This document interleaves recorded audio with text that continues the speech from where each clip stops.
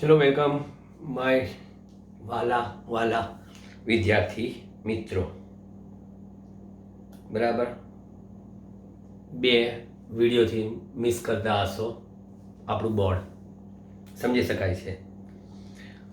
હવે આપણે આગળ વધીએ, કારણ કે જે બે લાસ્ટ જે વિડીયો આપણે લીધા નોટપેડ પર, એટલે કે ખાલી બોર્ડ અને એ સાઈડમાં હું તમને બહુ જ માઇક્રો એવો દેખાતો હતો, એમાંથી હવે પાછો મેક્રો એવો આવી ગયો. એમાં આપણે સૌથી પહેલાં વાત કરી હતી એક વિડીયોમાં કે જૂલ ઉષ્મા, જૂલ અસર અને જૂલનો નિયમ, એટલે વિદ્યુત ઉર્જા અને પાવરની સમજૂતીની વાત કરી હતી. અને પાવર આપનાર આપણું સરળમાં સરળ રચના છે એક વિદ્યુત કોષ, જેના ઉપર આપણે આજે જઈશું. પછી બીજા એક વિડીયોની વાત કરી હતી, એમાં આપણા અવરોધોના સંયોજનની, અવરોધોનું શ્રેણી જોડાણ, અવરોધોનું સમાંતર જોડાણ. હવે આજે જે આપણે વાત કરવા જઈ રહ્યા છે એ છે વિદ્યુત કોષનું વિચાલક બળ, એની સમજૂતી અને વિદ્યુત કોષના ટર્મિનલ વોલ્ટેજ અને તેના વિચાલક બળ વચ્ચેનો સંબંધ દર્શાવતું સૂત્ર મેળવો. જોઈએ એની ચર્ચા. સૌથી પહેલા આપણે ટાઇટલ આપી દઈએ,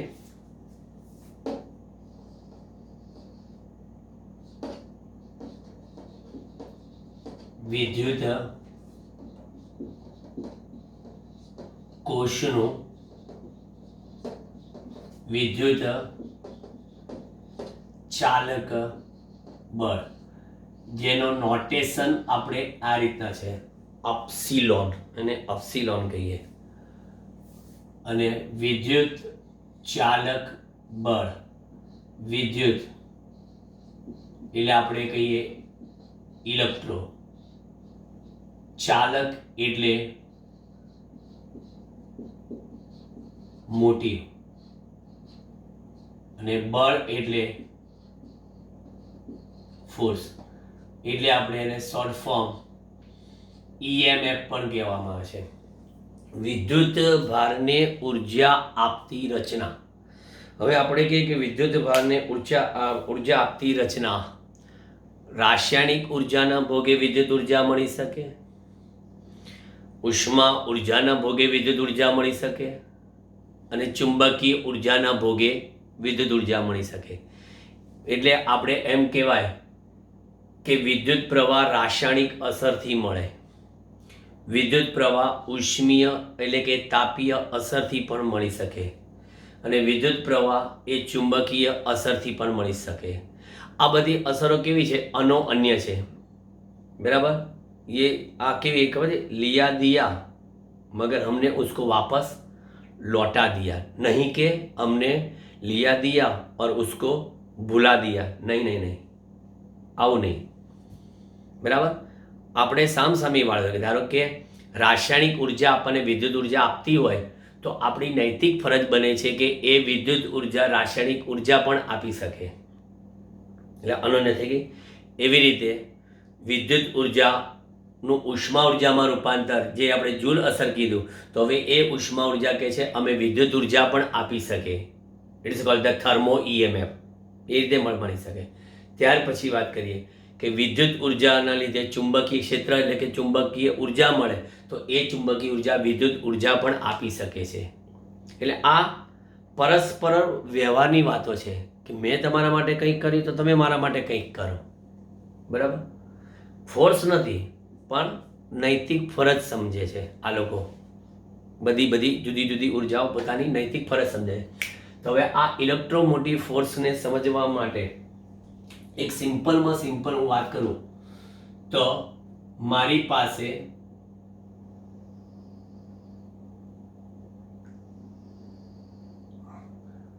આવો એક પ્રતિકાત્મક એવો વિદ્યુત દ્રાવણ ભરેલો રાસાયણિક કોષ છે.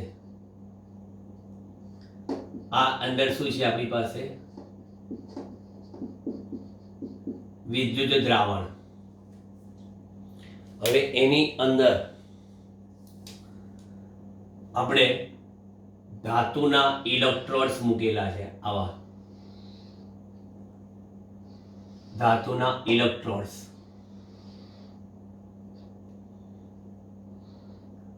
અત્યારે હું કોઈ પ્લસ માઇનસ એવું કશું જ નહીં કહું. વિદ્યુત દ્રાવણ અને આ ઇલેક્ટ્રોડ્સ. હવે એક વસ્તુ સ્પષ્ટ છે કે આ વિદ્યુત દ્રાવણ એટલે કે જેમાં રાસાયણિક સંયોજનો હોય, રાસાયણિક સંયોજનો વચ્ચે પ્રક્રિયા થતા, રાસાયણિક સંયોજનો વચ્ચે પ્રક્રિયા થતા પ્રક્રિયાના પરિણામ સ્વરૂપે તેમાં ઉર્જા છૂટી પડે. આ ઉર્જા છૂટી પડે ને તો આ છૂટી પડતી ઉર્જા એ વિદ્યુત ભારો પ્રાપ્ત કરે. આપણે રૈવાજિક રીતે ધારો કે કોઈ એક વિદ્યુત ભાર પકડીને ચાલીએ, કોઈ એક વિદ્યુત ભાર, ધારો કે આ ઉર્જા ધન વિદ્યુત ભારોને મળે છે, તો આ ઉર્જા ધન વિદ્યુત ભારોને મળે તો એ ધન વિદ્યુત ભારો આ ઉર્જા લઈને કોઈ એક ઇલેક્ટ્રોડ તરફ ધારો કે પ્રયાણ કરે છે. ધારો કે હું એમ કહું કે આ ધન વિદ્યુત ભાર બરાબર ઉર્જા મેળવીને એ આ બાજુ જાય છે અને આ ઋણ વિદ્યુત ભાર જો આ બાજુ જતો હોય તો આ બીજો વિદ્યુત ભાર આ બાજુ જશે તો એ આ બાજુ જાય. તો આ જે બળ લાગ્યું ને વિદ્યુત ભારોને એ કોઈ ઇલેક્ટ્રિકલ એટલે વિદ્યુતીય બળ નથી, આ રાસાયણિક ઉર્જાના ભોગે લાગતું બળ છે. તો રાસાયણિક ઉર્જાના ભોગે લાગતું બળને કયું બળ કહેવાય? રાસાયણિક બળ કહેવાય. અને આ રાસાયણિક બળ is the non electrical force, એટલે એને કહેવાય અવિદ્યુતીય બળ. અને એનો આપણે નોટેશન કહીએ છીએ Fn, નોન ઇલેક્ટ્રિકલ ફોર્સ. એટલે આ નોન ઇલેક્ટ્રિકલ ફોર્સ લાગ્યું Fn, આ પણ નોન ઇલેક્ટ્રિકલ ફોર્સ લાગ્યું Fn. હવે Fn બળ લાગવાથી ધન વિદ્યુત ભારો અહીંયા જમા થતા જશે, એટલે કોષમાં અહીંયા ધન સ્થિતિમાન પ્રોડ્યુસ થયું અને કોષમાં અહીંયા આગળ ઋણ સ્થિતિમાન પ્રોડ્યુસ થયું. એટલે આ કોષ બન્યો પોઝિટિવ અને આ કોષ બન્યો નેગેટિવ. એટલે ધીમે ધીમે આ વિદ્યુત ભાર ધનધ્રુવ આગળ જમા થતા જશે, તેમ તેમ એ ધન સ્થિતિમાન વધતું જશે અને એવી રીતે અહીંયા ઋણ સ્થિતિમાન પણ વધતું જશે. ધન સ્થિતિમાન વધતું જાય, ઋણ સ્થિતિમાન વધતું જાય, બરાબર. તો હવે આ ધન સ્થિતિમાન વધે તો અહીંયા આગળ તમે કહી શકો કે અહીંયા પોઝિટિવ પોટેન્શિયલ વધતું જશે, અહીંયા નેગેટિવ પોટેન્શિયલ વધતું જશે, એટલે V માઇનસ, V પ્લસ ને V માઇનસ.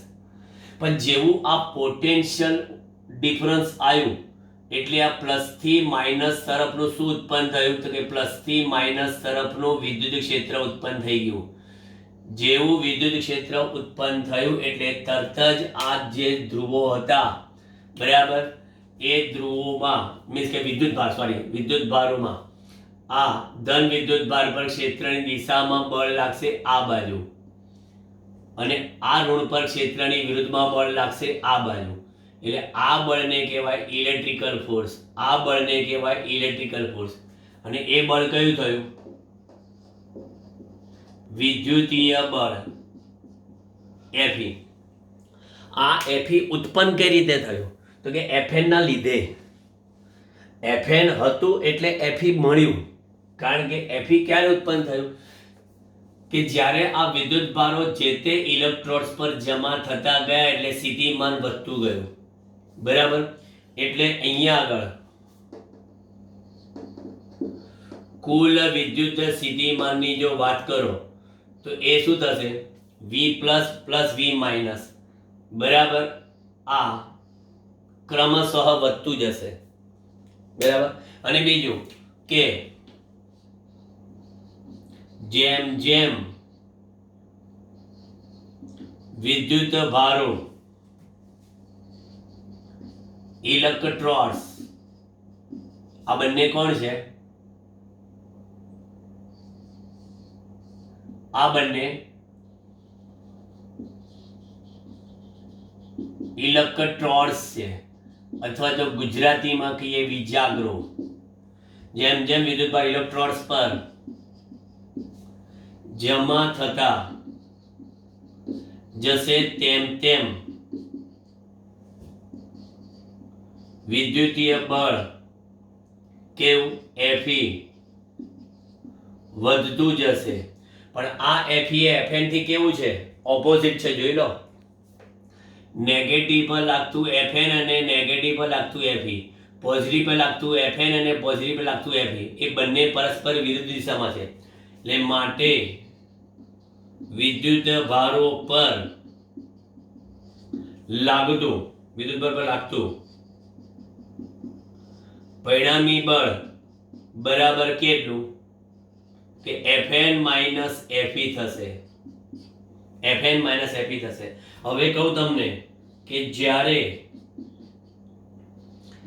Fe બરાબર Fn થશે, જ્યારે Fe બરાબર Fn થશે ત્યારે ઇલેક્ટ્રોડ્સ પર વિદ્યુત ભારો જમા થતા અટકી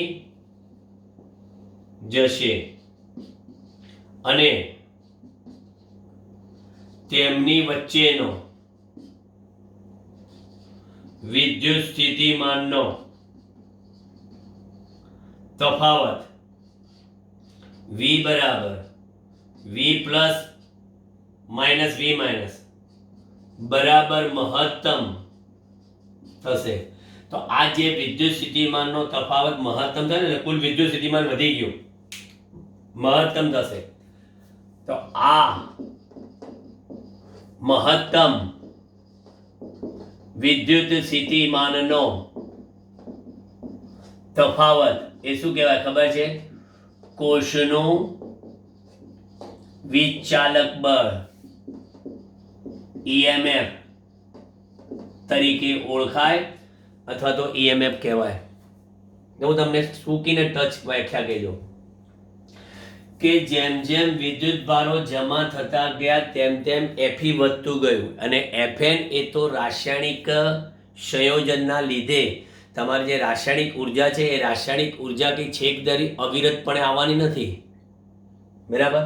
એક પરિસ્થિતિ છે કે Fn હતું તો Fe આવ્યું, અને એ Fe વધતું વધતું Fn જેટલું થાય અને બંને પરસ્પર વિરુદ્ધ દિશામાં છે એટલે પરિણામી બળ 0 થઈ જાય. એટલે પછી વિદ્યુત ભારો પર લાગતું બળ 0 થઈ જાય. એટલે હવે કોષના ધ્રુવો પર વિદ્યુત ભારો જમા થતા અટકી જાય. એટલે આ સ્થિતિમાન વધતું અટકી જાય અને આ સ્થિતિમાન વધતું અટકી જાય. એટલે કુલ સ્થિતિમાન મેક્સિમમ બની જાય.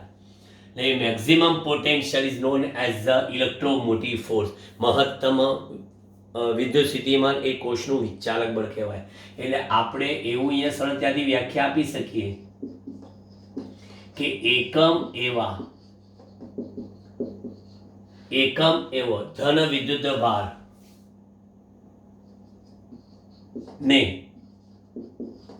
કયા બળ?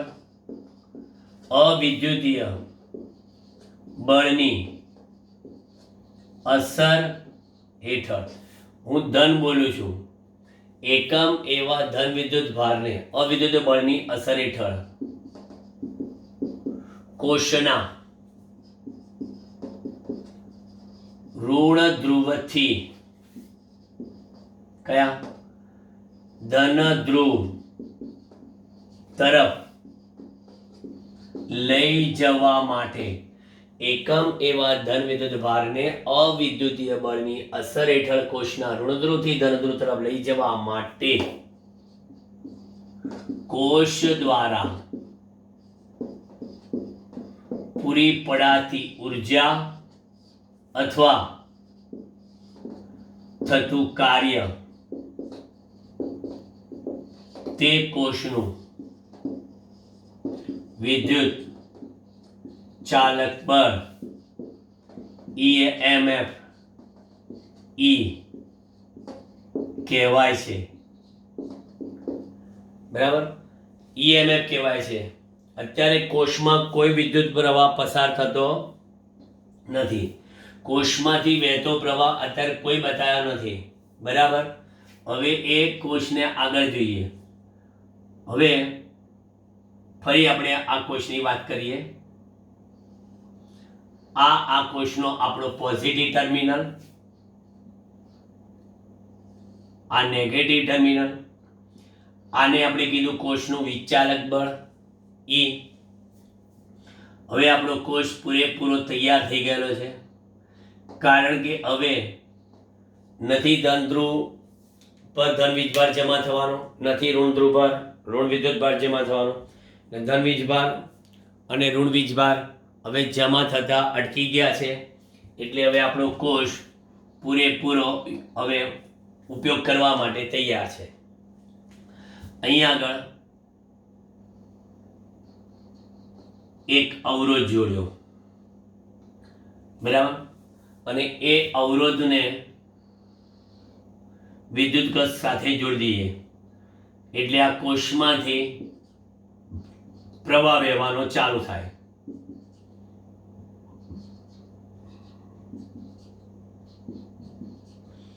હવે શું થયું ખબર છે? હવે ધન વિદ્યુત ભાર આગળ, ધન ધ્રુવ આગળ ધન વિદ્યુત ભારે ઉર્જા મેળવી લીધી. જેવી એને ઉર્જા મેળવી લીધી એટલે આ ઉર્જા મેળવીને આ ધન વીજભાર એ અહીંથી ઉપડ્યો. ઋણ વીજભાર પેલી બાજુથી જાય, પણ આ ધન વીજભાર અહીંથી આગળ ગયો. આ ધન વીજભાર અહીંથી આગળ ગયો. જેવો અવરોધમાંથી પસાર થયો તો અવરોધના આયનો સાથેની અથડામણના કારણે, એટલે અવરોધ સાથે અથડામણથી એ જે ઉર્જા મેળવીને આવેલો એ ઉર્જાનો અહીંયા વ્યય થયો, જેને આપણે કીધેલી જૂલ અસર ઉત્પન્ન થયેલી, જૂલ ઉષ્મા ઉત્પન્ન થયેલી, એ સાથે અહીંયા આગળ ગયો. પછી અહીંયા આગળ પૂરેપૂરો કે છે ચલો આપણી ઉર્જા વપરાઈ ગઈ, કંઈ વાંધો નહીં, પાછા આપણે પહોંચીએ જ છીએ.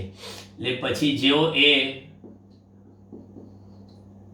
કોષના ઋણધ્રુવ આગળ પહોંચ્યો એટલે તરત જ આ રાસાયણિક સંયોજનોએ કીધું કે ચલો ફરી પાછા તમને ધનધ્રુવ આગળ લઈ જઈએ. પણ હવે આ ધન વીજભાર છે એ કોષની અંદર હવે રાસાયણિક સંયોજનો સાથે અથડામણથી એને મળેલી ઉર્જાનો અમુક ભાગ ખર્ચાશે. એટલે હવે જ્યારે ધનધ્રુવ આગળ પહોંચશે ત્યારે એને રાસાયણિક સંયોજનોમાંથી જે ઉર્જા મળી છે એટલી ઉર્જા નહીં મળે, અમુક ખર્ચાઈ જશે. એટલે એ કોના લીધે ખર્ચાઈ જાય તો કે સ્મોલ આર, જેને કહેવાય કોષનો આંતરિક અવરોધ. આરને કહેવાય કોષનો આંતરિક અવરોધ. આંતરિક અવરોધ કહેવાય. અને આંતરિક અવરોધ કહેવાય તો એમાંથી વહેતો પ્રવાહ I હોય તો માટે કોષના આંતરિક અવરોધ વિરુદ્ધ ખર્ચાતી ઉર્જા કેટલી થાય? IR જેટલી. કોષના આંતરિક અવરોધ વિરુદ્ધ ખર્ચાતી ઉર્જા IR જેટલી, બરાબર. કોની? એકમ ધન વીજભાર દીઠ. કોષના આંતરિક અવરોધ વિરુદ્ધ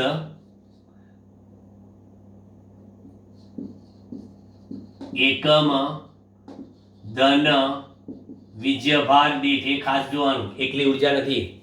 એકમ ધન વીજભારે જે ઉર્જા મળે એમાંથી IR જેટલી ઉર્જાનો વ્યય થયો, બરાબર. તો પછી આવા સંજોગોમાં કોષમાં બે છેડા વચ્ચે હવે નેટ એટલે કે ચોખ્ખો વિદ્યુત સ્થિતિમાનનો તફાવત જે પહેલા E જેટલો હતો હવે એ E જેટલો નહીં હોય, બરાબર. એટલે આપણે કહીએ કે આથી હવે કોષના બે ધ્રુવો વચ્ચે મળતો ચોખ્ખો વિદ્યુત સ્થિતિમાનનો તફાવત E જેટલો નહીં રહે, પણ IR જેટલો ઓછો મળશે, બરાબર. તો માટે V બરાબર E માઇનસ IR થાય. માટે V બરાબર E માઇનસ IR થાય. કારણ કે ને E હતી ટોટલ, પણ એમાંથી હવે IR ખર્ચાઈ ગઈ, બરાબર. અને આ નેટ, હવે તમને ખબર છે કે આ V બરાબર તો અવરોધ માટે કેટલી છે કે ટર્મિનલ વોલ્ટેજ કેટલો? IR જેટલો.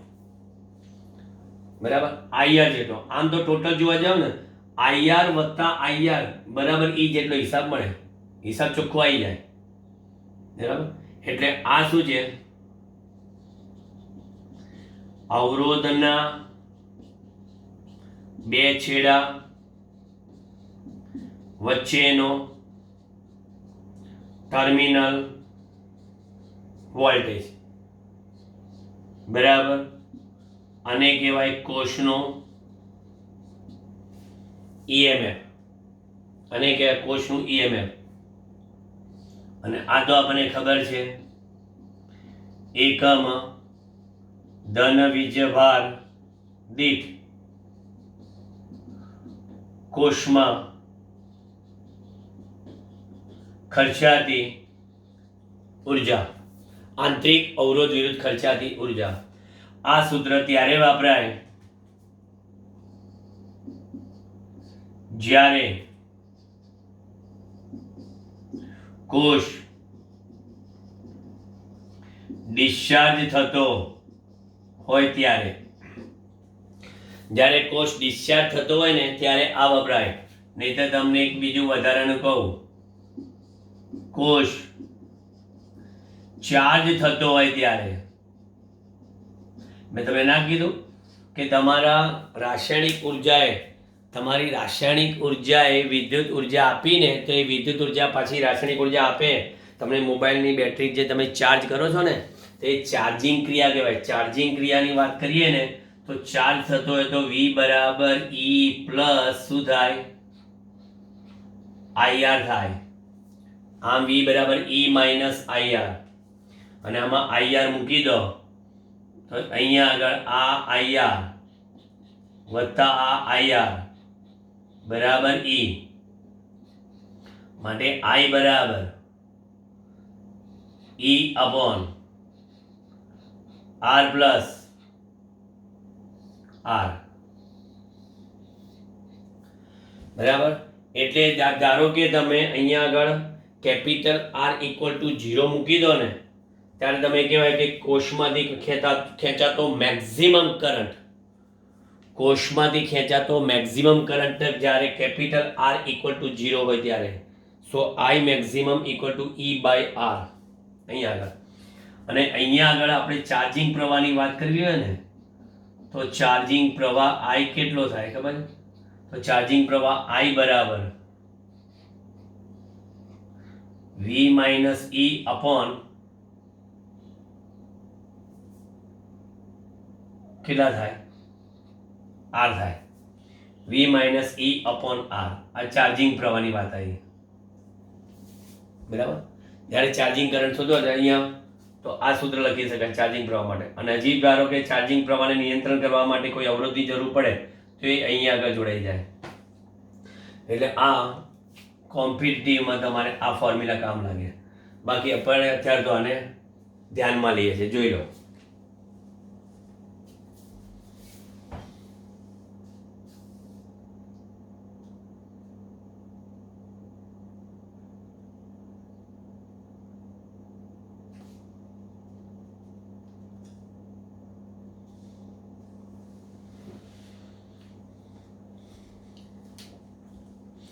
એટલે અહીંયા આગળ બીજી એક વસ્તુ બોક્સમાં તમને કહી દઉં.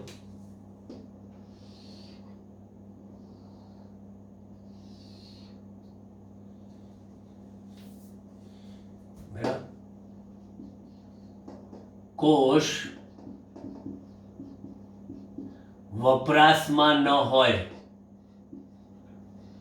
અથવા ઓપન સર્કિટ કન્ડિશન એટલે કે I બરાબર 0 વખતે કોષ જો વપરાશમાં ન હોય અથવા તો ઓપન સર્કિટ કન્ડિશન હોય તો ટર્મિનલ વોલ્ટેજ અને વિચાલક બળ બંને સરખા થાય. ટર્મિનલ વોલ્ટેજ અને વિચાલક બળ સરખા થાય. એટલે એક આ વસ્તુ યાદ રાખજો. પછી કોષ ડિસ્ચાર્જ થાય તો V બરાબર ઈ માઇનસ આઈઆર,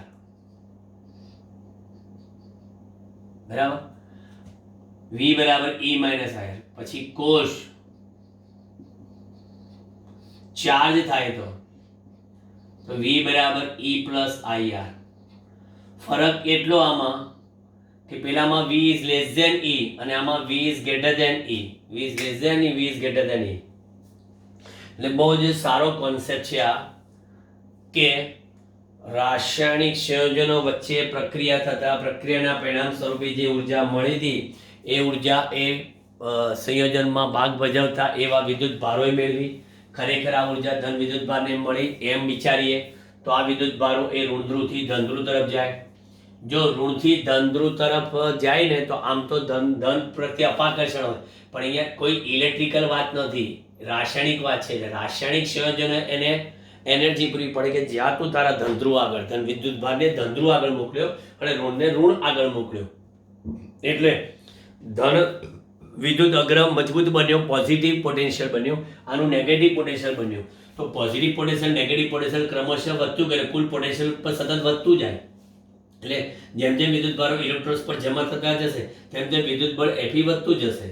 કારણ કે જેવું વિદ્યુત સ્થિતિમાન આવશે એટલે વિદ્યુત ક્ષેત્ર ઉત્પન્ન થશે, અને વિદ્યુત ક્ષેત્ર ઉત્પન્ન થશે તે પોઝિટિવથી નેગેટિવ તરફનું હોય.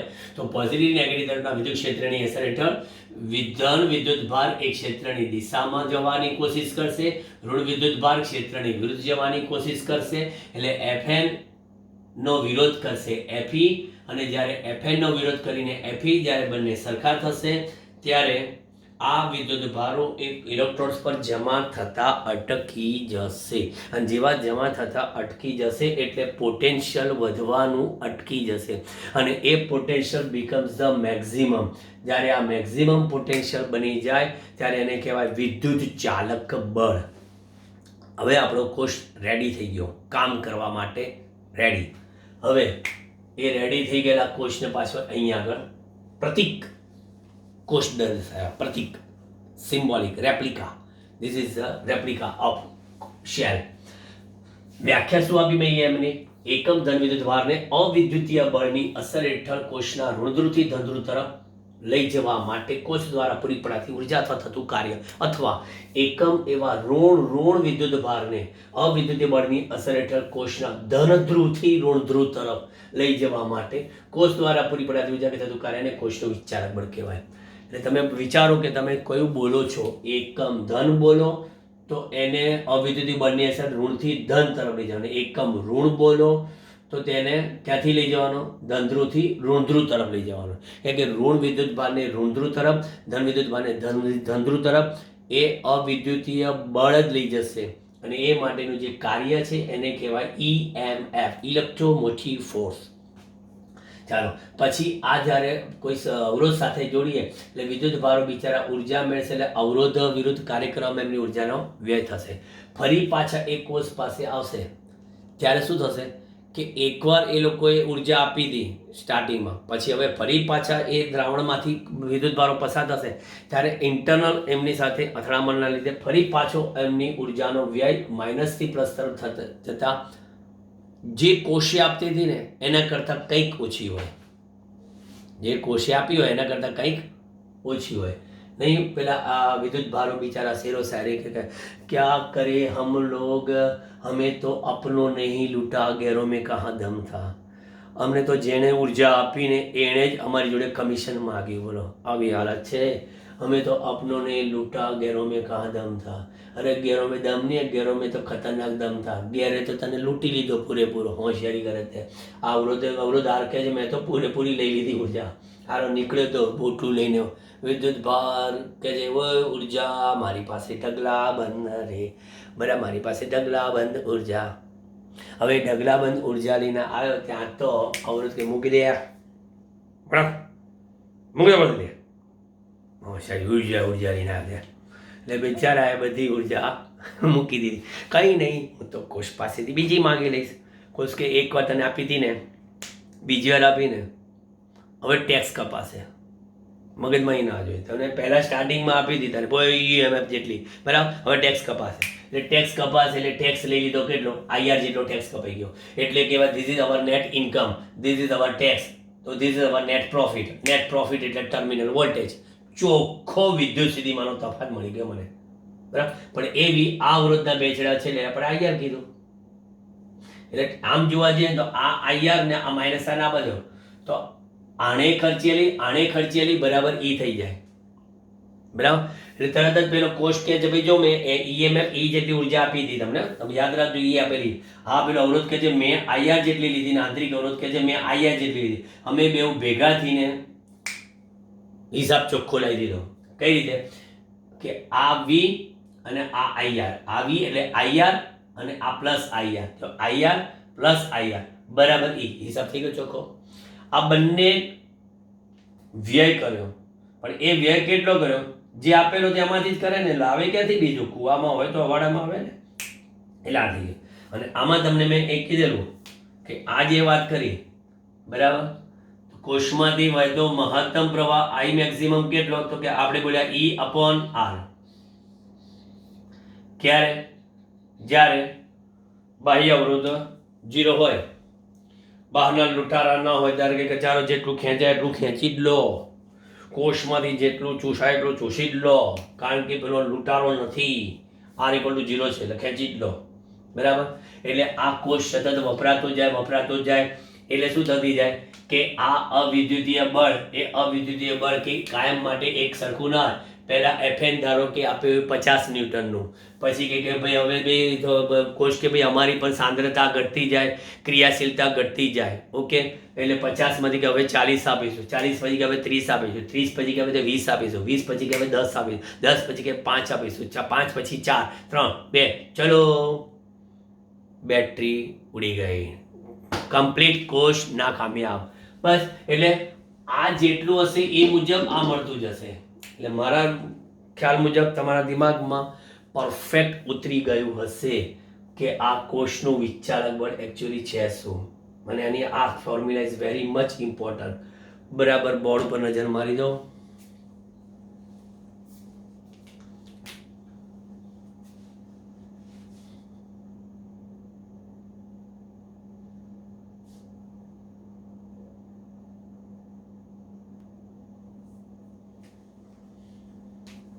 થોડો આ પોર્શન દેખાતો નહોતો એટલે થોડું સેટ કર્યો. નીચેનો પોર્શન દેખાતો નહોતો. હવે કમ્પ્લીટ આખું બોર્ડ દેખાય છે, સ્ક્રીનશોટ લઈ લો, બરાબર. પછી આપણે આગળ જઈશું કોષોના સંયોજનો. કારણ કે આપણે કોષને શ્રેણીમાં જોડીએ, કોષને સમાંતરમાં જોડીએ તો શું થાય, એટલે કોષોના સંયોજનો અંગેની ચર્ચા વિચારણા આપણે નેક્સ્ટ સેશનમાં કરી છે, બરાબર. કમિંગ સૂન. Bye bye. મારી જેમ તબિયત સાચવજો, બરાબર. મળીએ પછી.